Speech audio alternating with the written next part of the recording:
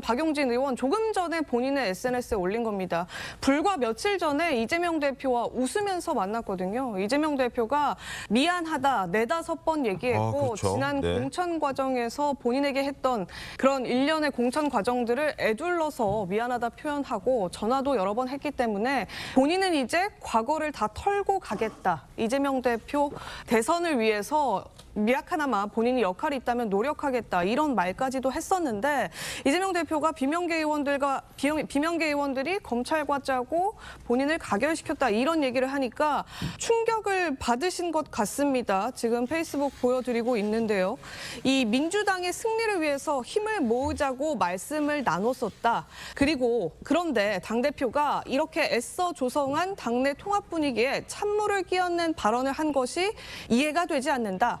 또다시 저만 바보가 된 느낌이었다 이렇게 얘기를 했습니다. 그러면서 무엇보다도 지난 총선에서 낙천과 배제의 고통을 겪으면서도 당을 떠나지 않고 또 민주당의 승리를 위해서 작은 역할도 마다하지 않으려고 하는 동지들과 그 지지자들의 상처를 덧내주는 주장 납득하기 어렵다 그런 얘기도 했습니다. 그러면서 국민과 민주당의 압도적 승리를 위해서 이번 일로 벌어진 갈등과 또 분열이 더 커지지 않도록 이재명 대표의 해명과 조치가 있어야겠다 이렇게 얘기를 했습니다. 박용진 의원 사실은 어제 입장이 바로 나올 줄 알았는데 하루 동안 침묵을 했어요. 그러고서 오늘 이런 장문의 SNS 글을 올렸는데 김기영 대변인 이게 여기서 끝내서 안 될 것 같거든요. 지금 박용진 의원 입장대로라면 내가 지금 바보가 된 것 같기 때문에 이 논란에 대해서 단순히 이재명 대표가 지금 비명계 당내에 있나요? 이런 반응 보일 것이 아니라 적절한 본인의 말에 대한 해명과 조치를 좀 내놔달라 이렇게 요구를 한 거예요?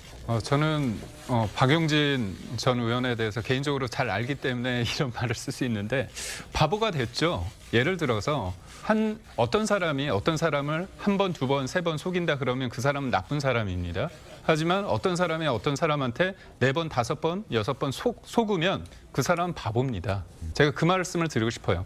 박용진 전 의원 입장에서는 진짜 유력한 대권 주자, 야당 대표를 만났을 때 믿고 싶었을 겁니다. 같이 하고 싶었을 겁니다. 왜냐 본인도 어떻게 보면 정치적인 어떤 지분이나 그런 것도 있을 수밖에 없는 게 현실이니까. 본인도 그런 얘기를 했습니다. 그렇죠. 나도 정치를 다시 해야 하니까. 맞습니다. 나도 사과를 또 대여섯 번 하니까 네. 받아주고 같이 가야 된다. 근데 문제는 뭐냐면 그런 걸 이용한다는 느낌을 들은 거 아닙니까? 그렇기 때문에 이 정치라는 게 보면 신뢰를 구축하는 건데 어제는 웃었다가 오늘은 화내고 소위 말해서 이제 비명계 쪽에 말을 빌리자면 등에 칼을 꽂는 이런 행위를 봤을 때 이게 단순하게 친명과 비명의 구도가 아니라 과연 이거를 보는 국민의힘을 넘어서 국민들이 볼 때 이 이재명이라는 분은 과연 믿을 수 있는 분인가? 뭐 존경한다는 줄 알았더니 존경하는 줄 아느냐 이런 얘기까지 있지 않았습니까?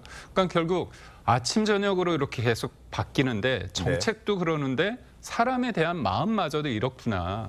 그리고 이제 제가 볼 때는 비명계가 있느냐 이 말 자체가 저는 좀 무섭더라고요. 그래서 저는 제 개인적으로 이재명 대표를 좋아한다 싫어한다를 떠나서 굉장히 좀 무섭다, 섬뜩하다 그런 마음을 지울 수 없어요.